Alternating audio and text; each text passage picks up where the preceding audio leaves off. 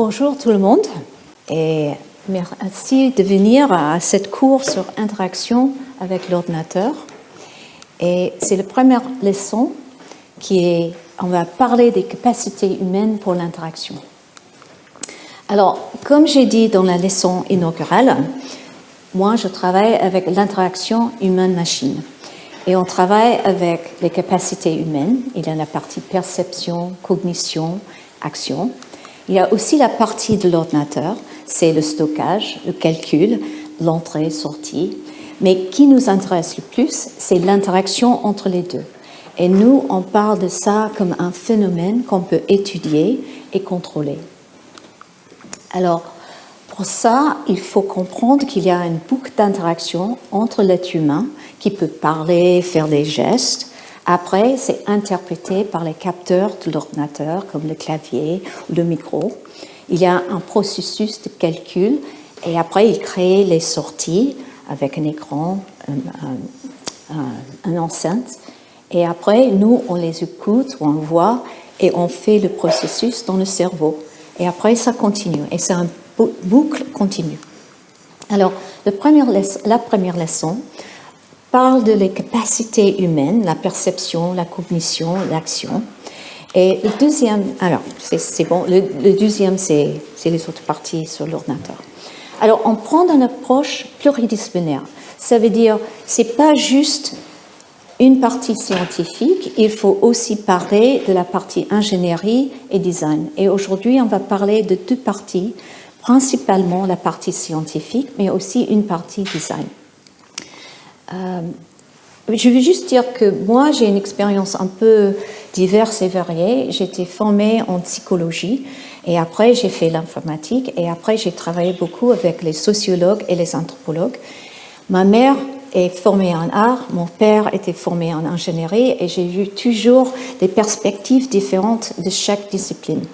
Et ce qui m'intéresse avec l'interaction humaine-machine, c'est qu'on a besoin de toutes les perspectives, même si il y a des perspectives qui sont en conflit de temps en temps.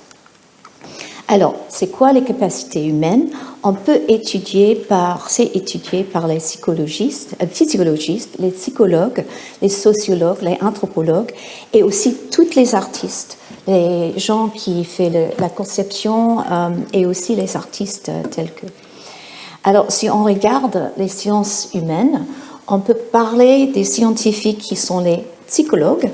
Et eux, normalement, ils travaillent avec l'être humain dans le court terme. C'est une personne à la fois. Bon, il y a les psychologues sociaux qui travaillent avec quelques personnes ensemble, mais la plupart du temps, c'est les psychologues individuels et qui travaillent avec l'individu individuel. Les sociologues travaillent avec plus de monde, avec plus de temps. Ça peut être une population assez grande. Et c'est pour comprendre les groupes de personnes et comment ils interagissent l'un avec l'autre. Et les anthropologues s'intéressent à plus long terme et c'est plus au niveau de culture, comment on peut créer la culture et quelles sont les différences de culture entre les gens. Alors, ça c'est l'approche scientifique. Et chacun d'eux sont des scientifiques qui fait un va-et-vient entre la théorie et l'empiricisme. Ils observent les gens. Des fois, les psychologues commencent normalement avec une théorie qu'ils testent avec une expérience, ils continuent. Ou les anthropologues qui commencent avec l'observation de l'être humain ou les gens dans des situations différentes et ils créent des théories. Mais il y a toujours un phénomène naturel qui existe à part et c'est les scientifiques qui l'observent. L'approche artistique, c'est un peu différent. C'est les gens qui veulent créer. Ils créent des choses. On peut être peintre, musicien, chorégraphe. Et l'idée, c'est de créer quelque chose d'artistique. Mais pour ça, il faut aussi comprendre le spectateur, mais dans une manière différente, avec une procédure différente. Alors, par exemple, pour étudier la couleur, si je prends de l'approche scientifique, je peux conduire les expériences contrôlées pour regarder, par exemple, la perception visuelle. Ici, on a un test qui est créé pour détecter si quelqu'un est daltonien. Pour la plupart vous, il y a un toit, on peut voir, en vert, mais il y aura des gens dans ce public qui ne peuvent pas le voir parce que c'est difficile pour eux, pas de voir la couleur, ils peuvent bien voir la couleur, mais de distinguer entre le rouge et le vert. Et ça, c'est important pour l'interaction humain-machine parce que 9% d'hommes et moitié de femmes ont cette caractéristique. Alors, il faut faire attention dans la conception pour savoir ça.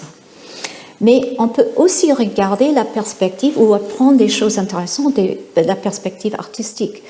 Par exemple, un peintre peut explorer l'effet de couleur pour provoquer les réactions émotionnelles. Je donne l'exemple de Claude Monet avec impression sur le vent. C'était l'une des raisons qu'on utilise le mot impressionnisme. C'était au début une insulte, mais maintenant c'est une bonne chose. Alors, si on regarde cette image, on voit le soleil et ça donne l'impression, il sort, voilà, il est brillant. Mais en fait, si on mesure scientifiquement, on peut dire, avec un photomètre, on peut voir que la même luminance, le soleil a la même luminance que le ciel. Les bleus et verts sont de même luminance. Alors, il a trouvé comme artiste comment communiquer cette émotion, cette impression avec la couleur, mais sans tester avec un photomètre. C'est une approche complètement différente. Et nous, en interaction humaine-machine, on apprend des deux. Je donne juste un autre exemple, juste pour donner un peu cette perspective. On peut étudier l'attention. Alors, il y a la possibilité de travailler comme neuropsychologue qui conduit les expériences pour mesurer l'activité du cerveau avec les EKG, ou le parcours de regard. Je peux regarder vous et vous pouvez détecter où j'ai regardé, à qui j'ai regardé. Il y a des exemples, il y a plein d'exemples dans la science, mais une expérience, par exemple, peut être la double tâche. Et on peut donner une tâche à quelqu'un, il concentre sur cette tâche, et de temps en temps, il y a un signal qui arrive et il faut faire une autre chose, par exemple avec le pied. Tape rouge ou vert, si à gauche ou à droite. Et dans cette situation-là, on peut regarder la réduction de performance pendant cette distraction. Mais il y a des autres gens qui travaillent avec l'attention, les artistes. Par exemple, un magicien explore comment distraire l'attention des spectateurs pour créer des effets magiques, ce qui est une bonne chose, ou peut-être, pour les abuser.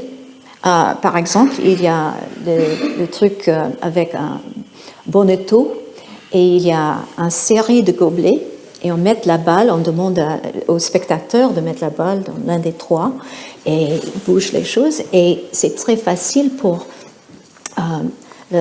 l'artiste de distraire le spectateur et cacher où est la balle. Alors, avec ces compréhensions, des styles, les approches différentes, on peut informer notre conception des systèmes interactifs. Alors, on a besoin des deux et on a des contributions différentes et des fois, les contributions sont en conflit. Je donne un exemple.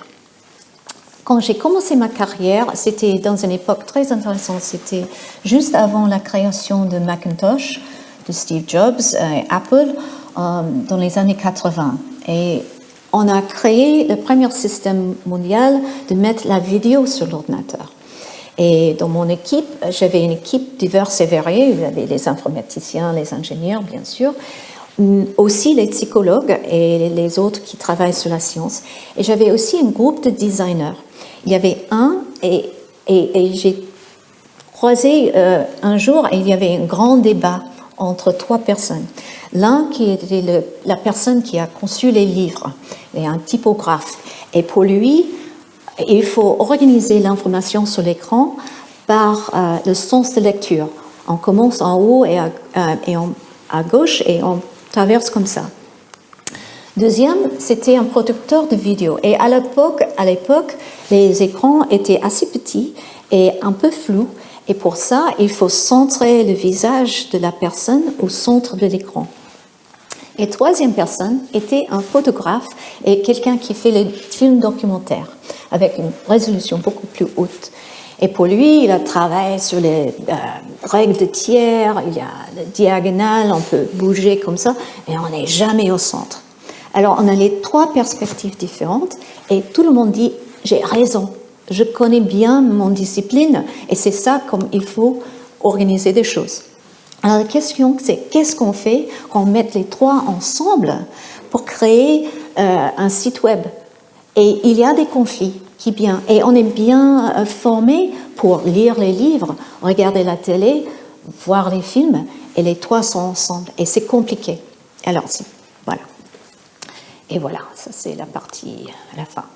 OK, alors, le problème, c'est la réalité complexe. Les êtres humains sont complexes. Il n'y a pas un seul moyen de présenter cette information et de comprendre comment le cerveau, le corps marche. Ça ne suffit pas. Il faut aussi comprendre comment communiquer avec les êtres humains et des fois faire des compromis. OK. Maintenant, je vais parler un peu sur la partie physique de l'être humain, la perception. Et ce qui est important de comprendre, c'est la sensation, ça veut dire l'impact des informations du monde réel sur le corps n'est pas la même chose de ce qui se passe dans la tête, la perception de l'information, ce qu'on a. Alors, si on prend de la perspective d'un physiologiste, on regarde par exemple les photones qui excitent la rétine derrière l'œil. On regarde les ondes qui peuvent vibrer, les cils auditifs dans l'oreille et les réactions des récepteurs tactiles. Si je prends la partie d'un psychologue qui s'intéresse à la perception, on regarde comment on peut interpréter ces réactions. Alors, on voit des images, on ne voit pas les photones, on voit les images. On écoute les morceaux de musique, pas les ondes. Et on touche et on peut comprendre les textures, pas les récepteurs. Alors, autre chose, comme être humain, on est très sensible. Si on regarde la vision dans le noir complet, on peut voir une chandelle à 50 km de distance. C'est énorme. L'audition, dans le silence total, on peut entendre le tic-toc d'un montre à 6 mètres. Et pour toucher, on peut sentir un cheveu sur la peau. Mais on a une large gamme de sensibilité, de noir presque complet jusqu'au plein soleil, de tic-tac de la montre jusqu'au l'avion qui décolle et de la caresse d'un coup de poing. Et c'est important de comprendre qu'on a cette vaste diversité et variée. Et pour l'instant, les ordinateurs sont rarement, en fait, ils n'ont pas cette variation dans un seul truc. On est soit très sensibles ou à quelque chose. Voilà. Alors, si on regarde le canal visuel, on a deux types de récepteurs. Il y a une surface 2D, on ne perçoit pas le 3D directement, c'est toujours en 2D et c'est créer la 3D, 3 dimensions. Les cônes sont pour percevoir la couleur et c'est dans la zone focale, au centre de la vue. Le deuxième type de récepteur, c'est le bâtonnet et ça c'est pour percevoir le noir et blanc. C'est une gamme beaucoup plus large, un espace de vision plus large et c'est plus rapide, on peut voir le mouvement. Si vous voulez tester quelque chose, regarde devant vous et mettre la main comme ça jusqu'au moment que ça disparaître. Et si vous bougez les doigts, vous pouvez le voir. Vous pouvez essayer. C'est un peu difficile avec les voisins, il ne faut pas taper la personne, mais si vous êtes dans l'île, faites ça jusqu'au moment que ça disparaît, juste à ce point, et bougez. Et vous pouvez normalement voir, même si vous ne pouvez pas voir. Alors, c'est les récepteurs différents. Et si vous voulez regarder dans le ciel pour voir les étoiles, il ne faut pas regarder directement à l'étoile, regardez à côté et vous allez voir mieux parce que c'est noir et blanc et c'est voilà. Et ça, c'est important pour nous comme êtres humains parce que le danger arrive dans le périphérique et ça bouge. Alors, il faut courir. Alors, on est moins sensible. Voilà, j'ai dit ça. Alors, pour la vision binoculaire, on a 2 yeux et on utilise plus autres indications pour détecter la 3D. Il y a quelque chose qui est intéressant qu'ils ont fait au début de la dernière siècle, c'est les lois de Gestalt. Gestalt, c'est un mot allemand et c'est pour la psychologie, pour voir enfant. En fait, il y a plein d'objets autour de nous, mais pour la perception, on les voit comme des formes continues. Et il y a plusieurs principes, par exemple, la clôture. On regarde un cercle vert, même si il y a beaucoup de morceaux, de segments, mais on le voit comme un cercle. Et la proximité crée des groupes. Les 2 groupes de bleus, points bleus, et pas juste une série de bleus. On regarde la similarité, on regarde les couleurs, les formes, et on peut créer des choses. Il y a aussi la distinction entre le fond et la forme. Ça, c'est en haut à droite, il y a soit 2 visages ou une vase. Et on ne peut pas regarder les 2 en même temps. Il y a un changement entre les 2. Et on peut regarder le fond ou la forme.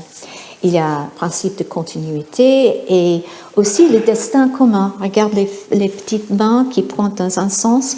On voit les toits en haut différemment que les toits en bas. Et on peut utiliser ça pour la conception.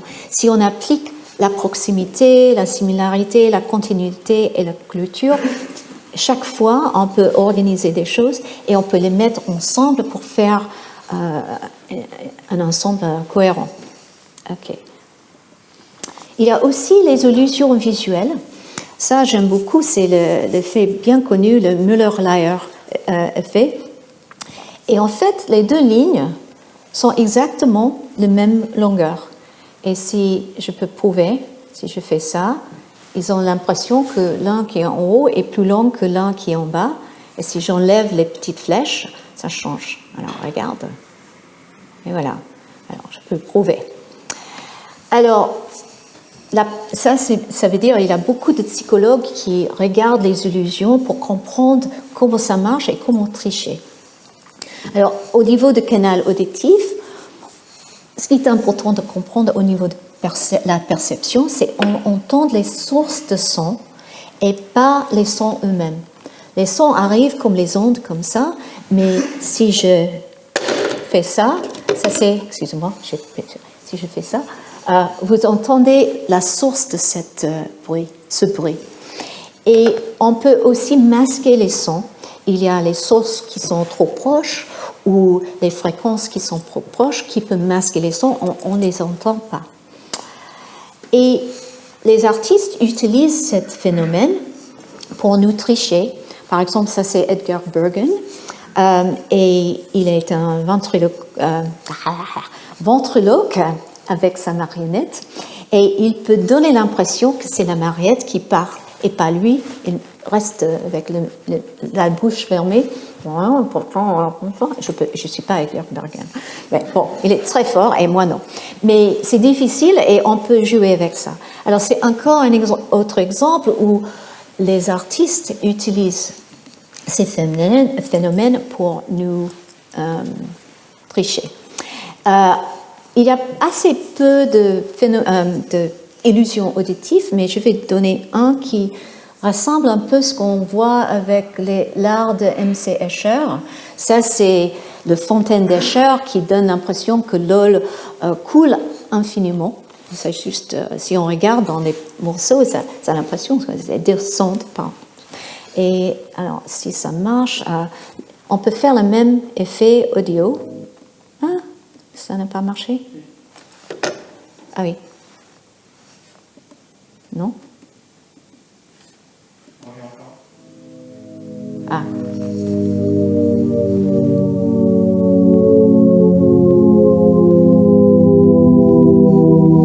C'est impossible, ce son. Dans le monde réel, ça n'existe pas. Mais ça compte et ça descend, et il profite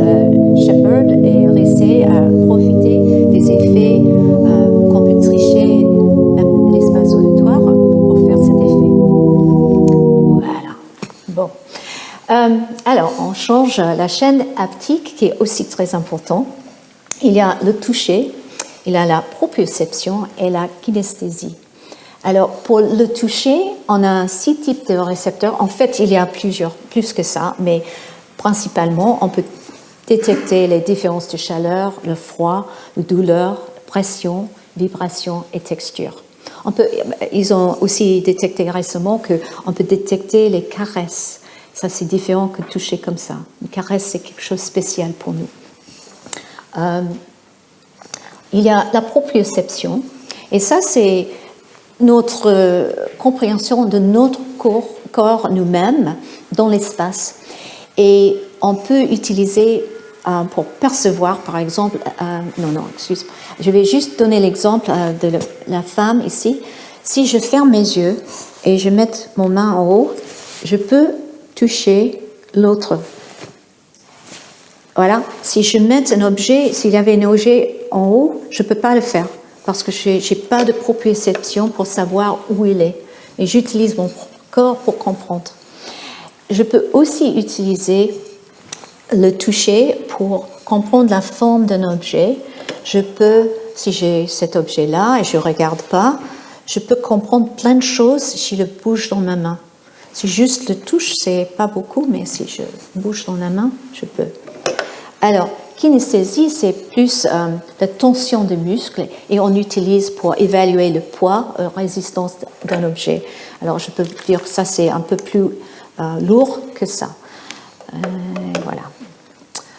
Et on a aussi un sens de partie kinesthétique, il y a le sens d'équilibre, ça c'est l'orientation dans l'espace, et ça vient de l'oreille, c'est pas le cerveau comme ça, c'est dans l'oreille. Et ce qui est important pour faire le funambule sur le son de fer, ça c'est multimodal. On a besoin de la partie visuelle, kinesthétique et vestibulaire. Les choses sont en combinaison. Ce n'est pas les chaînes séparées, mais les choses qui viennent ensemble. Et c'est important aussi pour la conception des systèmes interactifs.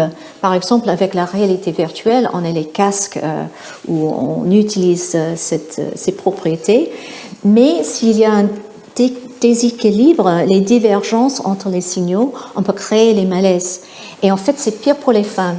Ils ont testé les casques pour les hommes et ils n'ont pas constaté que le système visuel des femmes, c'est un peu différent. Il y a beaucoup plus haut problèmes avec mal de mer avec les casques pour les visuels. Alors, s'il y a les femmes qui n'aiment pas les casques de réalité virtuelle, il y a une raison pour ça.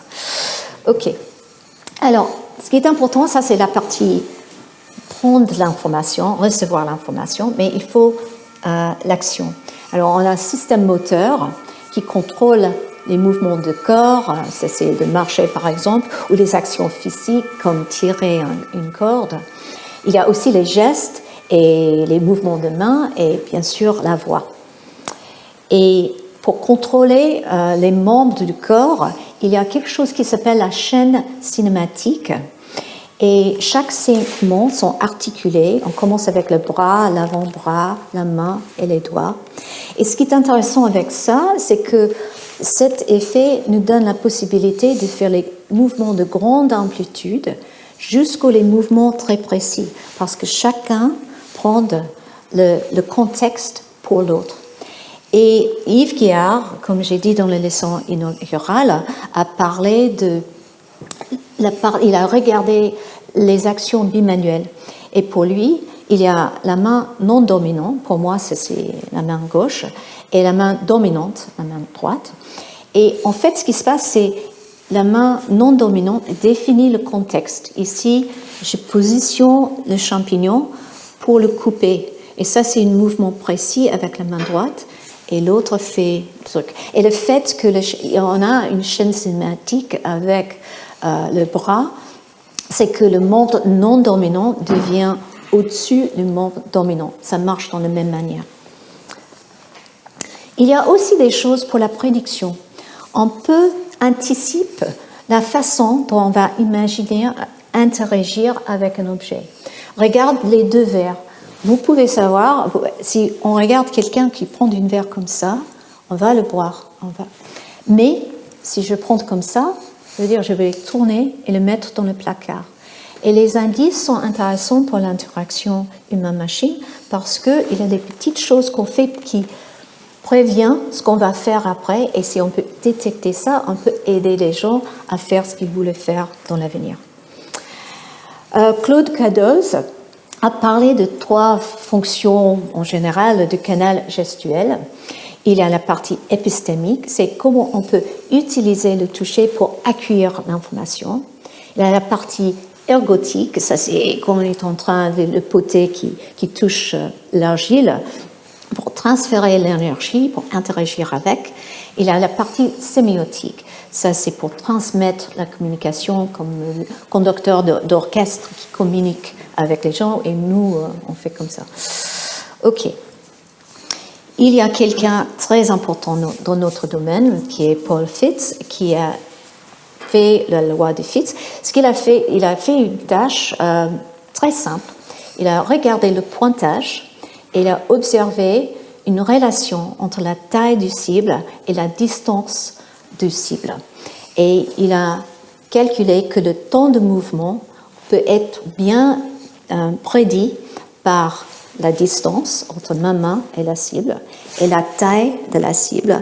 Il y a 2 constants A et B qui sont déterminés empiriquement. Ce qui est plus intéressant pour moi, c'est la partie invariante ici. Ça veut dire le pointage d'une cible 2 fois plus grande à une distance plus longue va prendre le même temps. Alors, il y a des invariances, ça c'est un peu bizarre, mais en fait, c'est vrai. Et il y a ce genre de choses où on peut prédire le pointage et on peut comprendre comment ça marche. Aussi important, c'est le couplage entre l'action et la perception. Ils sont bien couplés. Si je veux interagir avec un objet, il faut percevoir pour agir. Alors, la geste est guidée par la vue. Ici, il va attendre le verre. Mais il faut agir pour percevoir. Il faut toucher l'objet pour comprendre qu'est-ce que c'est. Il y a une expérience très bien connue par Heldenheim. C'est le carrousel des chatons, les pauvres. Alors, les petits chats étaient levés dans le noir total. Et après, il les a mis dans cette carrousel. Il y avait un chaton qui bouge, qui pousse le carrousel, et l'autre qui doit finir. Il ne peut pas bouger, il est dans une petite basket. Et ce qui est intéressant, c'est à la fin, ils avaient exactement la même expérience visuelle, exactement la même expérience jusqu'à ce moment, mais le chat qui peut bouger lui-même peut voir normalement. Et le chat qui ne peut pas bouger était aveugle, vraiment aveugle.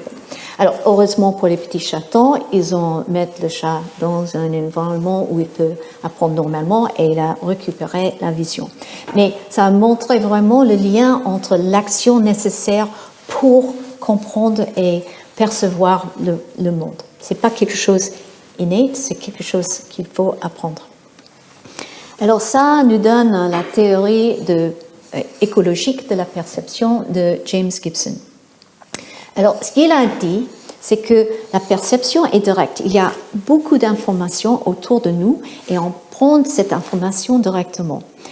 Mais, par exemple, pour la perception visuelle, il y a le petit oiseau qui vole et il y a toutes les infos autour de lui.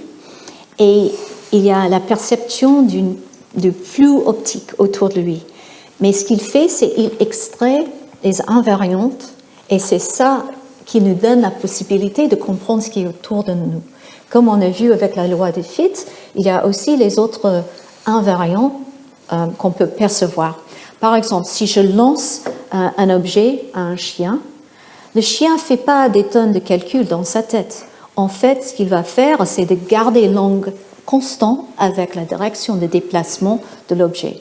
Et s'il reste dans cet angle constant, ça c'est invariant d'angle, il peut attraper l'objet sans problème.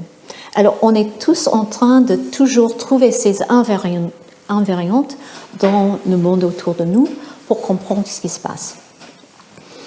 Et il a aussi introduit le mot affordance, qui est souvent assez mal compris, mais bon, c'est la capacité d'action des objets de l'environnement pour le sujet. Si moi, je suis de taille correcte et j'ai assez de force, je peux pousser cette cylindre, je peux monter dessous, je peux me mettre en dessous, et tout ça est lié avec la relation entre l'objet lui-même et moi et mon corps. Alors, les affordances sont créées par la relation entre le sujet et l'objet. Il y a aussi sa femme, Eleanor Gibson. Elle est une psychologue qui travaille avec les enfants. Et elle a montré comment on peut apprendre les affordances. Parce que les affordances, si on parle de Gibson, ils existent. Mais ce n'est pas toujours nous qui pouvons les percevoir. Et ça prend du temps pour percevoir les capacités d'action données par les affordances. Elle a fait la falaise visuelle. Et en fait, pour un enfant de 6 mois, il peut regarder cet espace, il y a une verre transparente. Pour l'enfant, il peut voir la falaise et il ne veut pas bouger. Même si les affordances réelles sont, et c'est absolument possible pour lui d'aller chez sa mère, mais il ne veut pas, il s'arrête parce qu'il commence à percevoir qu'il y a une falaise. Il ne faut pas tomber. Et c'est ça qu'elle a montré qu'on peut développer ces méthodes pour percevoir ces affordances. Alors imaginez que vous avez des outils dans le monde. Il y a un marteau. Et le marteau, il est rigide, il y a un poids spécifique, c'est fait pour clouer. Alors ça marche. Et si je vois un marteau, je peux apprendre très rapidement comment l'utiliser. Mais qu'est-ce qui se passe si je n'ai pas de marteau?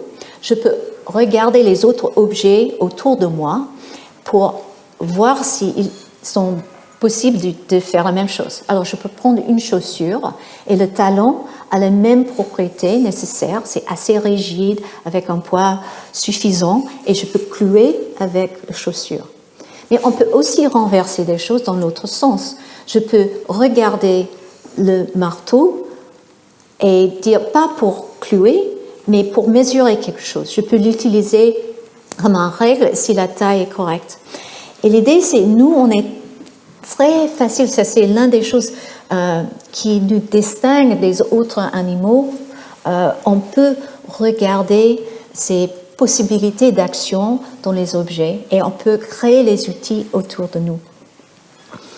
Alors maintenant, je passe sur la cognition et il y a vraiment une gamme vaste et je vais toucher juste un petit peu de chaque truc, mais on parle d'attention et mémoire, apprentissage et motivation, prise de décision, intelligence, émotion et créativité. Alors, pour l'attention, c'est important de penser qui tire l'attention. Alors, si vous connaissez déjà, je vais montrer un exemple, mais si vous ne connaissez pas, ne dites pas à vos voisins. Alors, je vais juste aller. Voilà. Je pense. Ça commence. Ouais. The monkey business illusion. Désolé, c'est en anglais. Mais juste. Count how many times the players wearing white pass the ball. Regarde les joueurs en blanc et combien de temps ils passent le ballon. Et essayer de tirer l'attention, voir combien de fois compter. Alors, c'est pas si facile, il fait ça. Alors, c'est. Voilà.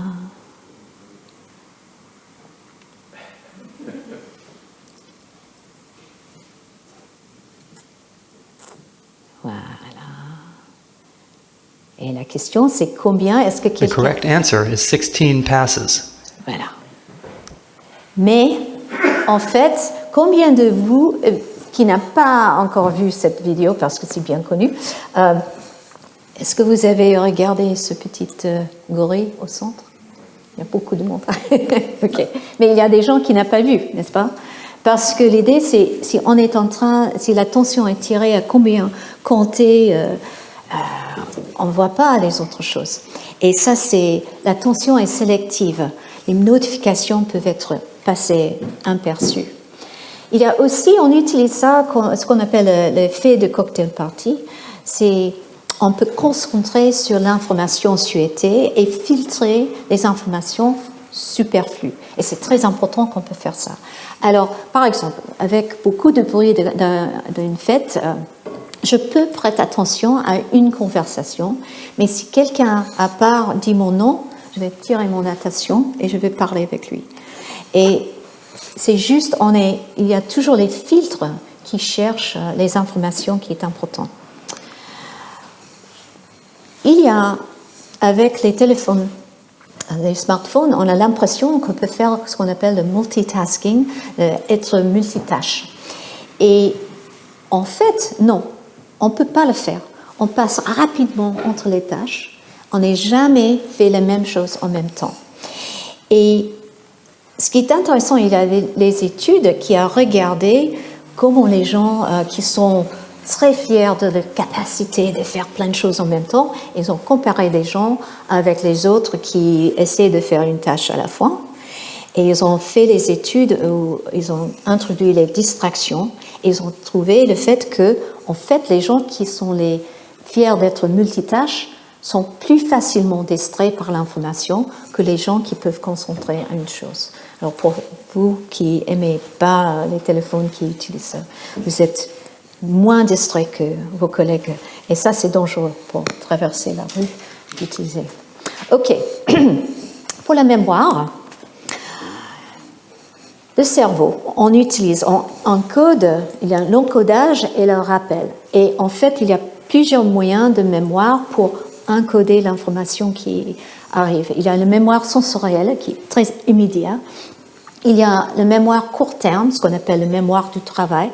Et il y a une faible capacité. Il y a 4 chunks ou morceaux d'information, c'est pas beaucoup, et une courte durée de 10 à 30 secondes. Et s'il faut mémoriser une liste de choses, il faut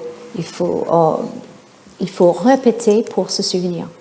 Et la mémoire à long terme, il a la capacité infinie, ça veut dire on ne sait pas les limites, et une durée illimitée, mais l'accès est associatif.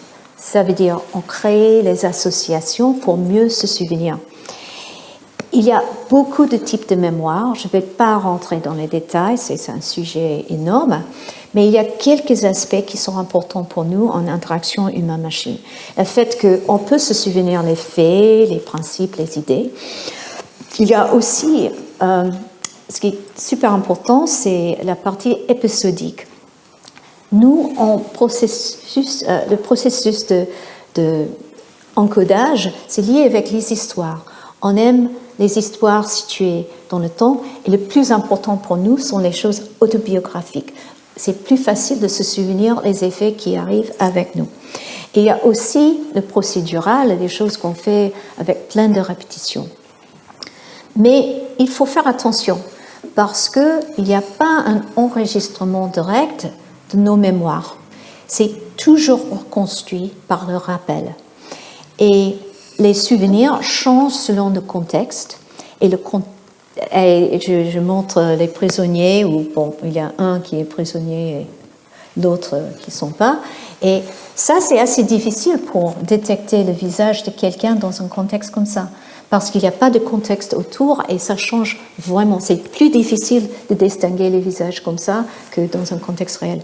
Alors, on peut utiliser le contexte pour améliorer la véracité. Et voilà. Il y a aussi l'oubli. Les choses qu'on a vues au début sont plus faciles à se souvenir que les choses au milieu. Et les choses qui sont le plus récentes sont plus faciles. Alors, si vous voulez que quelqu'un se souvienne quelque chose dans ce talk, il faut que les choses que j'ai introduites au début sont bien, les choses à la fin vont être bien et la partie au milieu, on verra. OK. Ebbinghaus a créé le courbe d'oubli et c'est juste ce qui est remarquable, hein, c'est immédiat, si on 100% de rétention, après 20 minutes, ça diminue beaucoup, c'est 58%, et après 1 heure, c'est moins de 50%. Alors ça diminue rapidement. Alors il faut répéter ou faire des choses pour associer l'information, pour retenir des informations plus long terme. Il y a aussi un principe qui est important pour nous en IHM, c'est la différence entre le rappel et la reconnaissance. Si vous regardez à droite, vous pouvez dire que si je demande le mot anglais pour piscine et je fais ça, il faut que vous travaillez plus. Il faut déjà se souvenir de ça. Mais si je donne une liste de possibilités, c'est plus facile. En fait, la bonne réponse, c'est poule. Alors, ça, c'est recall, ça veut dire, rappel, et ça, c'est reconnaissance. Et si on regarde les téléphones portables, il utilise ça, il a des icônes, il a des choses, il nous montre des choses, et ça, c'est bien, c'est plus facile. Mais le problème, c'est le rappel est beaucoup plus puissant. Si je parle avec vous, imaginez si je dois parler avec vous et je dois choisir chaque mot d'une liste de mots, ça va prendre beaucoup plus de temps. Mais le fait que je peux rappeler comment parler en français, un peu, et créer les informations, c'est beaucoup plus puissant. J'ai plus grande possibilité d'expression. Alors, je change encore. On a un autre truc, c'est behaviorisme. Et ça, c'était bien connu dans les années 60-70. Et en fait, ça revient maintenant dans les économiques behaviorales. Les économistes et les gens qui gèrent les grandes entreprises comme Facebook sont les maîtres de behaviorisme. Alors, je pense que c'est important d'expliquer un peu comment ça marche. Alors, B.F. Skinner a parlé de comment on peut prédire et contrôler le comportement humain. Il a parlé des aspects positifs, par exemple, pour faciliter l'apprentissage, et aussi il y a des aspects négatifs pour, par exemple, créer les comportements addictifs. Alors, comment ça marche ? On parle de modification de probabilité d'un comportement. Et on peut gérer le comportement par donner, soit dans une manière positive, je donne quelque chose qui peut être positif, un renforcement, ça s'appelle le renforcement positif. Je peux aussi donner une punition, ça veut dire donner quelque chose, un claque de fouette, ça c'est aussi positive punishment, punir positif. Et quand je retire quelque chose, ça peut être aussi positif pour l'utilisateur ou négatif. Alors, de retirer quelque chose qui est embêtant, ça veut dire éteindre l'alarme, ça c'est négatif, renforcement négatif, parce que je tire quelque chose, mais le résultat est positif. Ça veut dire je renforce la probabilité de l'action. Et je peux aussi prendre quelque chose de positif de quelqu'un comme punition, comme le petit bonhomme dans le coin qui est triste. Bon, désolé, j'ai fait ça, et voilà, ça c'est... Il ne peut pas interagir avec ses collègues et ses copains, alors il est triste parce que... Et ça marche comme une punition. Ok. Et il y a ce qu'on appelle les programmes de renforcement. Je ne vais pas rentrer dans les détails, mais on peut contrôler comment on perçoit la probabilité qu'un renforcement va arriver. Et si je change l'intervalle, qui peut être fixe ou variable, ou le temps entre les renforcements. Et le résultat, pour ça, on peut contrôler les choses pour, par exemple, aider un enfant à apprendre de jouer au piano.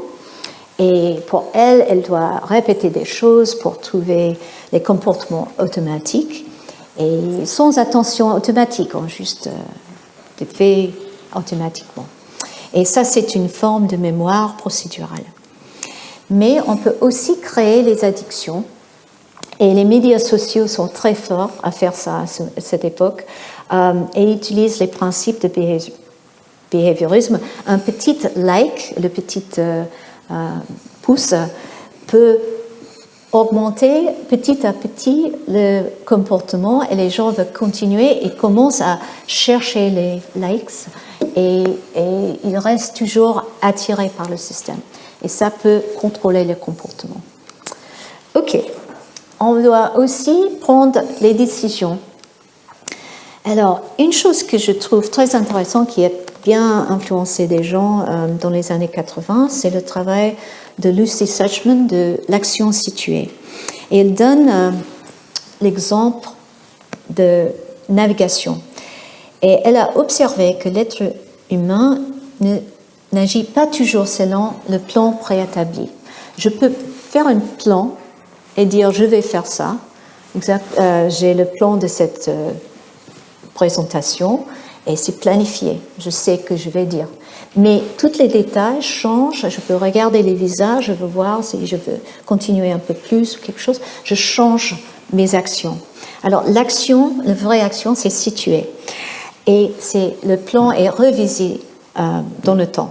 Alors pour le petit bateau qui arrive ici, le plan de navigation, c'est d'aller entre point A et point B directement. Mais il y a un gros rocher, il y a les vagues, il y a le vent qui arrive. Et en fait, le vrai trajectoire, c'est comme ça. Ça, c'est le chemin suivi.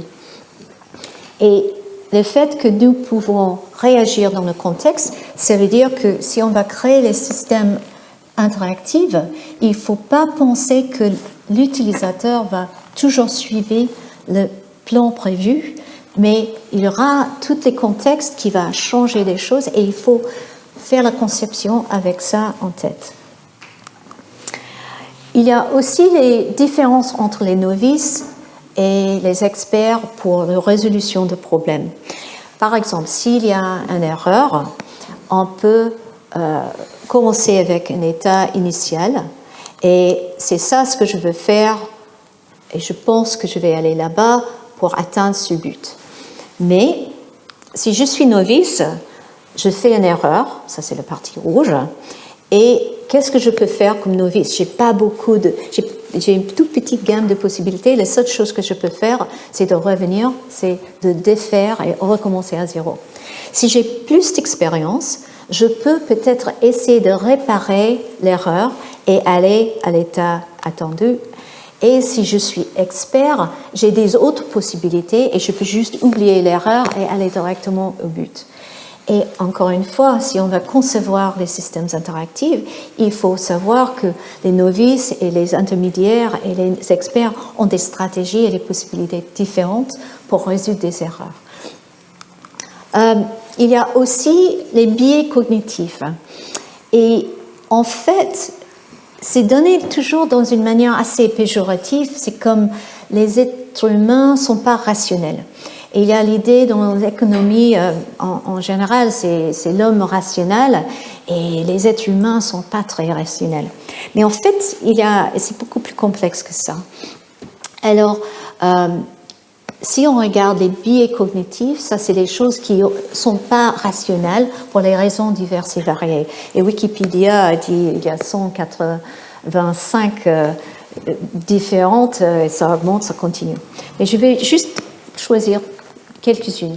Il y a Tversky et Kahneman qui a fait une série d'expériences qui montrent que l'on ne fait pas toujours le meilleur choix dans le sens mathématique. Par exemple, il y a le biais du présent. Est-ce que je préfère de prendre 150 € maintenant ou d'attendre un mois et avoir encore 30 €, 190. Et au niveau mathématique, c'est évident, il faut prendre le 180, mais la plupart des gens préfèrent d'avoir l'argent 150 maintenant. Mais si je demande la même différence mathématiquement, dans un an, 150 ou dans 13 mois, 180, les gens vont dire oui, je prends le 180.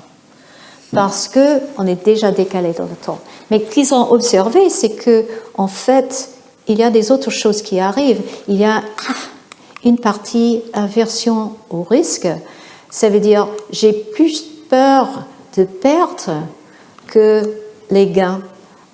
Ça, c'est bien d'avoir les gains, mais j'ai beaucoup plus de peur de faire les pertes.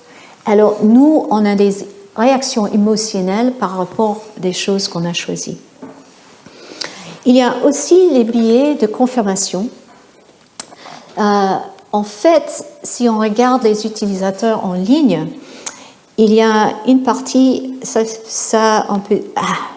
peux faire la réalité, ça c'est les faits, le monde réel, et ça c'est, je pense, moi. Et la question c'est si je vois les évidences qui sont en conflit avec ce que je pense, j'ai la tendance de dire non, c'est pas intéressant. Et s'il y a quelque chose qui confirme ce que je crois, j'ai la tendance de dire oui, ça c'est bien. Et en fait, la superposition est survalée. Je pense que c'est très important. Alors ça s'explique un peu la situation, ce qu'on a maintenant avec les médias sociaux, où les gens ont la tendance d'écouter les gens qui parlent de même manière que eux, et ils écoutent plus les gens qui disent la même chose. Et ça, on a cette idée de fake news. Dernière chose, c'est le biais de cadrage. La présentation des résultats peut influencer nos choix. Par exemple, il y a des designers et on donne les données là. Ça veut dire qu'il y a 4 utilisateurs sur 20 n'ont pas troublé par la fonction de recherche. Et si je donne au designer cet résultat, on dit que 50% dit que oui, il faut refaire ça, parce qu'il y a déjà 4 utilisateurs qui peuvent le faire, et ça c'est pas bien. Et il y a qu'un quart qui disent non, et un quart qui dit je ne sais pas. Mais si je présente la même information un peu différente, si je dis 16 sur 20 ont trouvé la fonction de recherche, maintenant, il y a beaucoup moins de monde, maintenant c'est un peu plus d'une tiers, pas la moitié, qui pense qu'il faut concevoir le système. Et il y a plus de monde qui pense que bon, c'est OK. Alors c'est exactement la même information, mais présentée différemment. Et voilà. Et la dernière chose sur les biais cognitifs, il y a le biais d'ancrage. La décision dépend souvent avec ce qu'on a vu avant. Alors, le groupe A a vu cette groupe de points et il pose la question, est-ce que rouge et bleu sont différés ici? Ça, c'est le cible. Et on pose la question. Alors, ici, ils sont bien séparés et le groupe B, ils sont bien ensemble. Si je vois ça avant, j'ai la tendance de dire que oui, ils sont séparés. Et si je vois les choses ensemble avant, j'ai la tendance de dire non, ils sont moins séparés. Alors, on peut faire des biais explicitement, et ça c'est aussi utilisé pour changer le comportement des gens, pour acheter plus de choses, pour les tricher, pour faire plein de choses, et aussi pour les aider. Alors, dernière catégorie, c'est l'intelligence, émotion et créativité. Et je vais essayer d'aller... Bon, il faut comprendre que l'intelligence n'est pas une chose. Il y a plusieurs types d'intelligence. Par exemple, Howard Gardner, il a présenté au début 7, maintenant il y a plus, mais il y a par exemple une différence entre quelqu'un qui peut faire la logique et mathématiques, là, c'est pas le même style que quelqu'un qui peut danser. Ça, c'est un danseur avec une bonne expression, un sportif, quelqu'un qui peut utiliser ça. Il y a des gens qui sont très bien à parler l'un avec l'autre, ils sont sociaux. Il y a des gens avec une bonne sens spatial. Un pilote de chasse doit avoir une bonne sens spatial. Il y a bien sûr les musiciens, les naturalistes qui peuvent apprécier le monde autour d'eux, et il y a des gens qui sont bien verbales, et alors il y a des gens qui sont interpersonnels, entre, c'est dedans, entre les deux personnes. Alors ce qu'il a observé, c'est que si on pense que tous les utilisateurs sont les mêmes, non, il y a des choses, des expertises diverses et variées, pleines différentes. Il faut réfléchir à ça quand on crée les systèmes interactifs. Il y a aussi l'émotion. C'est beaucoup plus complexe que cette émotion universelle, mais en général, on peut dire qu'il y a des catégories d'émotions. Il y a joie, surprise, mépris, colère, tristesse, dégoût et peur. Si on est dans l'un des états et on regarde l'information qui arrive, ça peut changer quelque chose. Si je suis triste et je regarde des infos, ça peut diminuer ma performance sur une tâche. Alors, il faut comprendre aussi que les êtres humains ont des émotions et les émotions affectent notre interaction avec les systèmes. Et dernière chose, c'est qu'il y a différents types de créativité. Et encore une fois, ça c'est très très simple et c'est beaucoup plus complexe que ça. Mais on peut regarder par exemple la distance entre l'aspect cognitif, où on peut être créatif par construire quelque chose, et émotionnel, autre partie. Et on peut faire des choses dans une manière délibérée ou spontanée. Et Léonard da Vinci, c'était quelqu'un qui a travaillé beaucoup, il a vraiment fait l'anatomie, il a regardé les choses dans une manière très systématique et cognitive. Il a bien réfléchi comment construire, par exemple, l'homme avec les mains comme ça. Et il y a aussi Claude Monet, que j'ai montré avant. Ça, c'est quelqu'un, un peintre très délibéré. Il a fait une série de du paille de haystack. Du paille.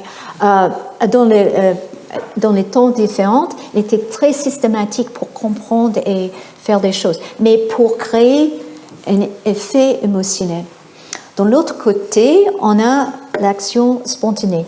Alors, il faut James Watson, c'est avec Watson et Crick pour la découverte de l'hélix double de ADN. Et là, il a dit que ça est arrivé dans une rêve. Alors, il faut dire, il a bien préparé des choses pour comprendre. Si moi j'ai une rêve de ça, ça ne va pas marcher. Mais pour lui, ça a marché parce que c'était bien préparé. Et c'était cet aspect cognitif, mais spontané. Et on a aussi des artistes comme Jackson Pollock qui fait des choses avec le mouvement et tout est émotionnel et tout est spontané. Alors on peut être créatif dans des formes différentes et ça veut dire si on va créer des systèmes interactifs, il faut donner des possibilités diverses et variées pour cette créativité. Et en fait, ce qu'on veut vraiment faire, c'est de créer cette idée de flux de Mihaly Csikszentmihalyi. Alors, il faut focaliser l'attention, éviter les distractions, avoir un but clair, pas trop facile, pas trop difficile, assurer un flux d'informations continu qui arrive, un feedback, garder le contrôle avec mes propres actions et on peut perdre le sens de temps, peut-être plus accéléré, ralenti, mais tout ça. Alors, si je suis dans un système interactif qui me donne cette sens de flux, j'ai réussi comme concepteur. Alors, en conclusion, les capacités humaines sont riches et variées et le comportement humain est très, très, très complexe. On peut profiter beaucoup de la connaissance scientifique, c'est nécessaire, mais ce n'est pas suffisant pour concevoir les systèmes interactifs. Alors, il ne faut pas traiter les êtres humains comme les sommes de leurs limitations, qui est un peu la tendance de l'aspect scientifique, mais comme l'addition de leur potentiel intellectuel, physique et créatif. Et avec ça, je vais juste dire merci et je vais présenter Jim Holland qui va faire la deuxième partie de cette lecture. Il va parler en anglais et il va parler de comment penser avec les ordinateurs, les opportunités et les défis. Jim est un professeur à UC San Diego, c'est l'Université de Californie en San Diego, que j'ai rencontré beaucoup d'années, il y a, je ne vais pas dire combien d'années, mais c'est beaucoup. Et il a fait une thèse en mathématiques et psychologie et en Floride, et après il a fait un postdoc à Stanford. Après, il fait un parcours intéressant entre San Diego. Il était directeur de MCC dans les années 80, où j'ai travaillé avec lui aussi. Il était à New Mexico, chef du département informatique, mais entre-temps, tu étais à Pelcor pour faire la recherche. Et après, il est revenu à San Diego. Il dirige le centre de Cognition Lab maintenant. Voilà. So I'm going to just shift into English now and say thank you very much. And I will now do a shift to Jim Holland. Should I introduce him? Yeah. Well, okay. Yeah. All right. Thank you.